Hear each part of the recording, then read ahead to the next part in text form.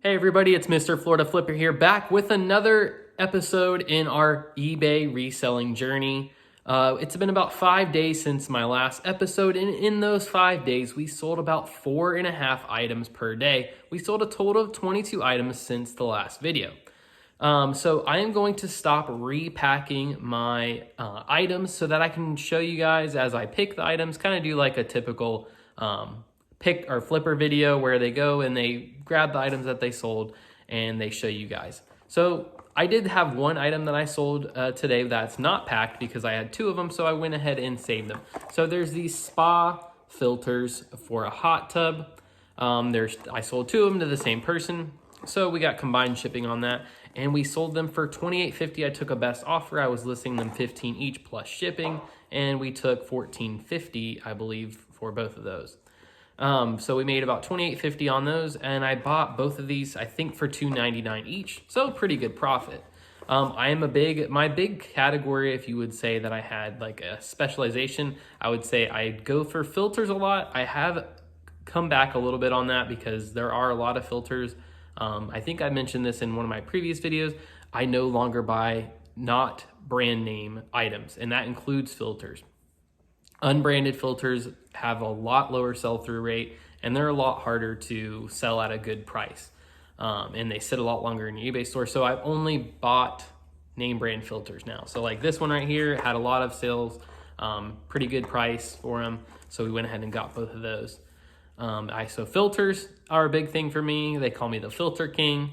I did sell in my last video, if you saw it, I had, I don't know what they were, 25 by 16 by, I think 2 or 1 filters. I had 6-pack of them. I was gonna originally sell them individually, but after they had sat for a while and I'm looking more on eBay, it seemed to make more sense to sell them together.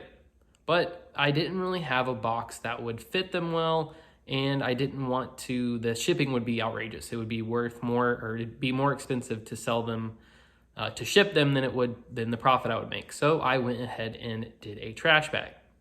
And I asked you guys to let me know if you would ever send something in a trash bag, or if you're a buyer, if you would get mad about receiving something in a trash bag.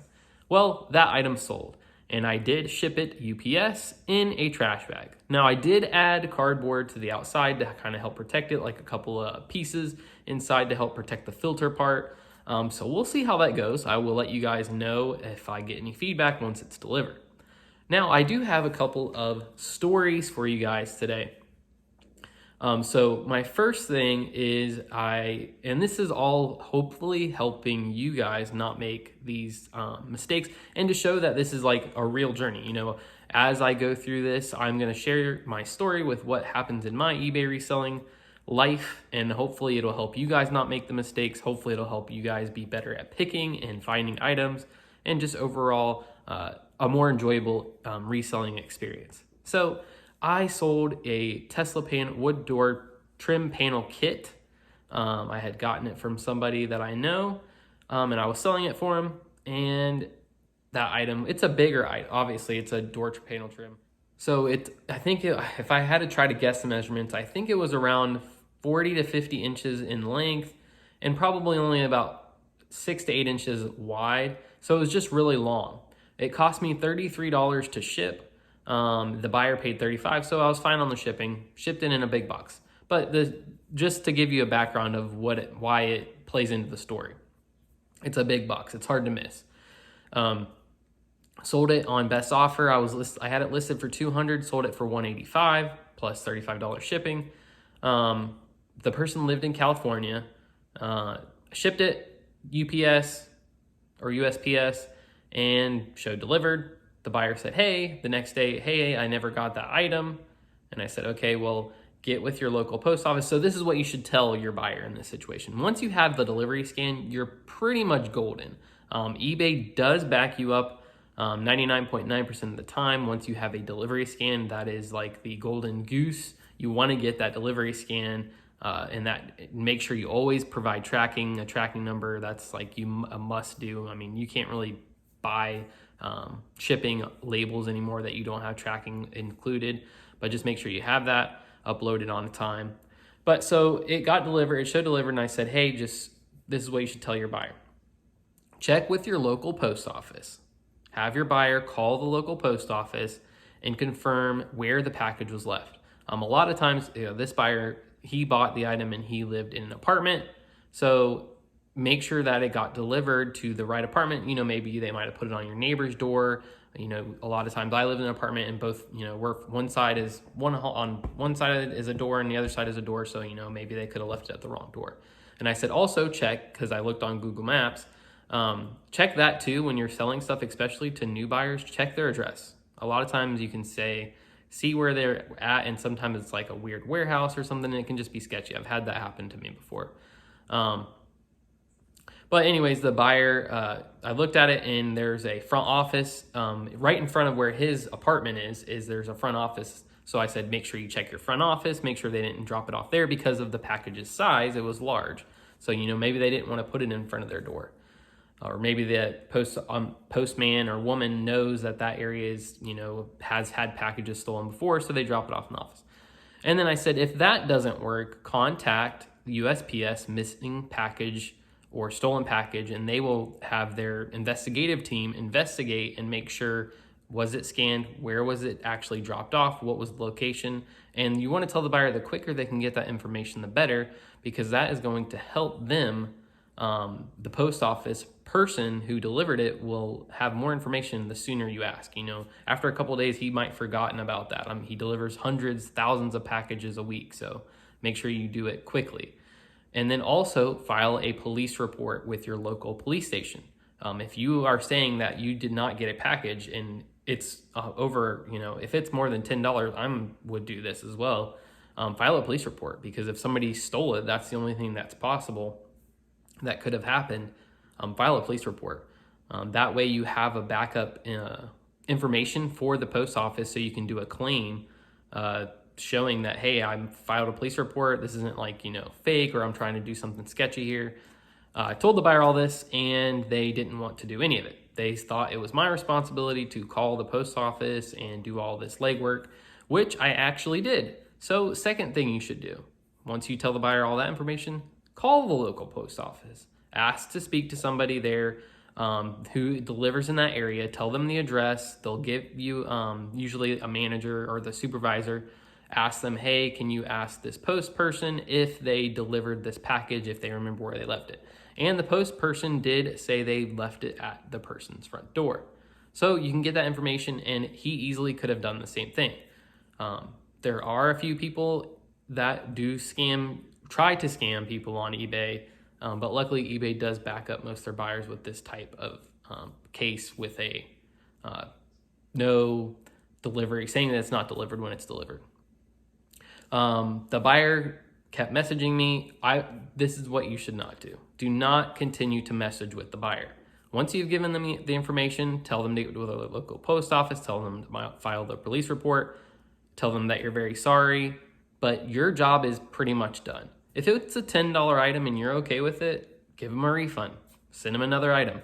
But for this, it's a one-off item. I didn't have another one, and it wasn't even my item. I was selling it for somebody else. And it was an expensive item, and it was expensive to ship. So definitely cut communication off. Once you've told them that information, don't go further. Don't fight back and forth with them. It gets you nowhere. It just makes you look bad. And I got that case closed in my favor, so that's good.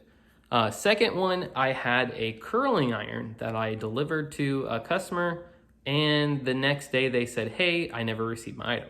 Well, it says delivered. There was a little bit of a language barrier. They were typing in Spanish, so I had to use Google Translate. But pretty much they said, a day went by and they said, oh, we did get the package, but it doesn't work. And they send me a picture of it with it plugged in, but it's not turned on. Now, mind you, there's an on button on this thing, so you can have it plugged in and it won't be on unless you turn it on. And I had tested it and made sure it works. I have pictures of it working in my listing. I packed it well. And obviously it just comes off very sketchy when the first thing they say, hey, I didn't get my item. Then the next day they said, oh, I did get my item, but now it doesn't work. And then it proceeded to give me a refund. And I said, well, send the item back. I'll give you a return label to send the item back, but you have to open up a case and say, item not working or item defective. No, give me my money back. I don't want to send it back. It's not my fault it's broken. So that went on and on. which, like I said, I didn't follow my own advice because I'm learning with you guys, and hopefully you'll learn from my mistakes. I was going back and forth with the buyer saying, well, it worked when I had it. I have pictures and videos of it working. Try this and try that. But it ended up being, I knew what they wanted. They wanted me to just give them a refund and just let them keep the item and drop it. It was like, I think I sold it for $20 with shipping.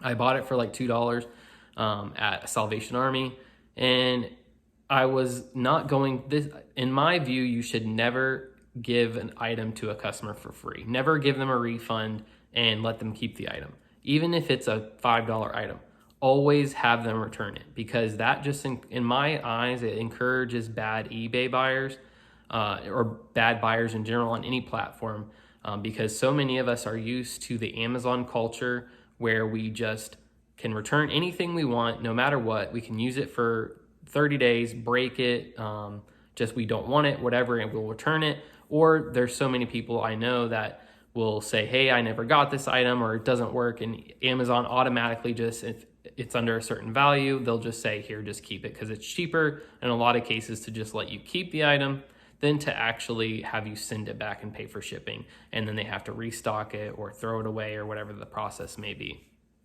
So always have them ship it back, no matter the value. I know it sucks and you're gonna lose money, but always have them ship it back. But you gotta do what's best for your eBay business, so you do what you need to do. If it's cheap and you're like, nah, just keep it, sorry about that, and you know maybe it could have been broken, you didn't test it beforehand, just give them their money back. But I ended up getting this case closed in my favor. So I was 2 for 2. I was like, yeah, I'm feeling good. eBay's got my back. And then I get an email saying, hey, this buyer has opened up a chargeback dispute with their credit card company for this item. And in my head, I'm thinking, this item was $15. It's a hair straightener. They're going through all this, messaging me for days and days on end, getting with eBay, opening up this case. Now they're opening up a dispute with their credit card company over $15. This is insane. So now I don't know what the case is going to outcome. It says I'm protected. It says there's no action on my part required. They really messed up because they originally said they didn't receive it, and that's what they also told their credit card company. But then they took a picture of the item not working in their hand. So it's kind of like, you probably should have just kept the story of it never came. That would have been a better opportunity for you to get your money back probably than to take a picture of it, of you holding the item. So we'll see how that goes. I'll let you guys know. So the last topic I want to share with you guys is I finally did it, pulled the trigger. I opened a business credit card through Capital One. I got the business Spark card, and I really love it because it says it allows you to add your business name on it. I didn't register my business. It's not an LLC. This is like a sole proprietorship. You don't have to have an EIN number, which is like a business registration number for tax purposes. You can just do it as a sole proprietorship. That it's just like my own little business that I'm doing. I'm not, going that deep. But I went ahead and got that credit card because it gives you cash back on your purchases. And you can use that to pay off the balance. And then I also opened up a separate bank account that is just for my eBay funds. So first, I have everything go into eBay, collects all your money on eBay, and then I transfer that money to my bank account, and then I use that bank account to pay off my credit card that I use to buy all my shipping labels and all my products online and at anywhere I can, except for garage sales. Obviously, I still use cash for that. In my area, I haven't ran into any garage sales so far that take anything other than cash. And I think that's pretty common, especially where I live. In Florida, there's a lot of older communities, so they're not usually using that. So I myself am not big on that tech stuff when it comes to that. My only thing I ever use to send money to people, which 99% of the time people that I work with or know are friends, don't have, which is PayPal. And that's only because of eBay. I used to use PayPal for the payments. So yeah, I usually have to have my wife use her Cash App or Venmo or whatever the different apps are to pay people. But so then at the end of the month, I will have that automatically paid off on the credit card, so I'll never carry a balance on it, and it's just really nice. And also, because of opening that account, I started using, not sponsored, pirate ship for all of my eBay labels. So now for my eBay labels, I buy them on pirate ship, which I've checked it every time so far, and I probably won't check anymore because I feel pretty comfortable with it now. The rates that I get with Pirate Ship are the exact same that I would get with eBay, the cheaper discounted rates. And they do give you a couple better options for over a pound. So for over a pound, I typically will use UPS now because it gives on Pirate Ship me a better rate than what eBay offers. And usually it's not that big a difference in price. But with one of my items, I just got an offer for a soccer game for a Sega Genesis. Nice. But I'll probably end up declining it because it's pretty low. I have had a lot of lowball offers, usually 50% discounted price. Like if I have something for 10, they ask 5. Like, don't come in with that low of an offer if you're a buyer out there. Come in with closer to where I am. I'll meet you in the middle, but I'm not going to do 50% off, especially if I haven't had the item listed that long. But anyways, that's a separate point. So I got that set up now. Like I was saying, for my bigger item, for those filters, I did use it and actually did save me about $2 or $3 on shipping than what I would have paid on eBay. So that was really nice. And I use it because eBay doesn't allow you to pay for shipping labels with a credit card. They automatically take it out of the funds in eBay. So I don't really like that. I liked it whenever I was doing it, how I was doing it. But now that I have the credit card, I want to use that to get the cash back. I was using PayPal to buy a lot of things, and they don't offer you anything. Like, you don't get points, you don't get anything to use the PayPal credit card. So I stopped. So I like that. So now with this setup, I can much more easily track what I'm spending and what I'm making, because all of my money goes into one bank account that nothing else goes into. Only my sales from eBay go into that account, and then all of my payments for anything I buy go through that, except for, obviously, like I said, garage sales, which I am going to start getting into more hardcore. Most of the things I buy are from Salvation Army, Goodwill, and thrift stores. I'm going to check out some garage sales more actively. The season's starting to ramp up. I'm hoping to hit up a lot more garage sales. Especially, I have a vacation coming up, but after that, I will definitely be hitting up a garage sale. And hopefully in the next few weeks, I will be having some picker videos. I'm gonna have them on this channel. I'm not gonna make 2 channels for that. I'm just gonna make a separate playlist of me going out there and just buying different products.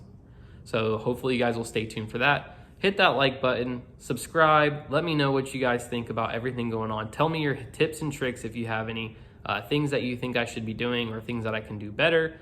I hope you guys are enjoying the videos. I'm enjoying making them, and eBay is going really well. I'll show you guys some of the items I sold at the end of this video, and I will show you how much I've made so far in the past 90 days. So stay tuned, it's growing great. I will say I'm really happy I hit a milestone. I sold 9 items in one day. It was this week I hit 8 items. I think it was on Saturday or Sunday.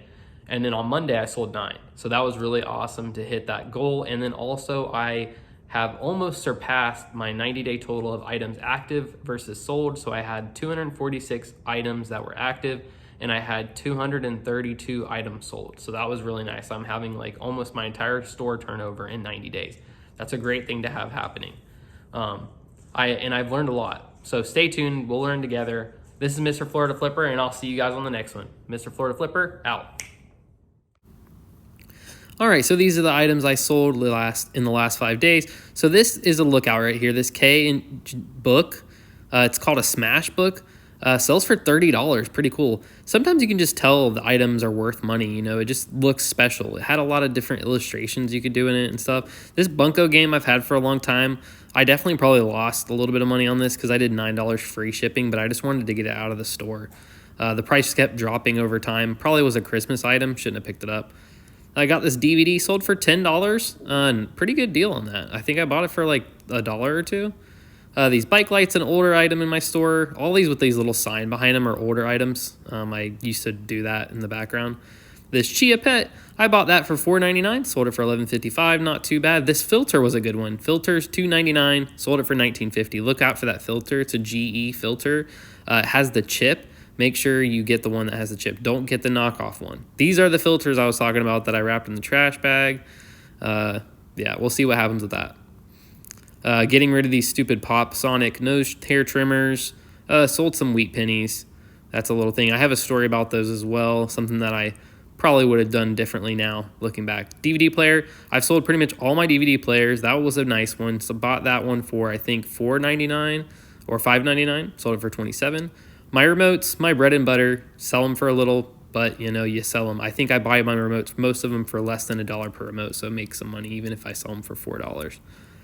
Another filter, that last one was a Kohler filter for a shower. I never knew you could have your shower water filtered, but there you go. A little lunchbox there. That shirt, most of the shirts that you might see me sell are just shirts that I no longer wear, so there's no cost in them. So if I sell them for even a couple bucks, that's profit in my book. And then there's those spa filters last. And here is a picture of my 90-day total. So $63.94, nice.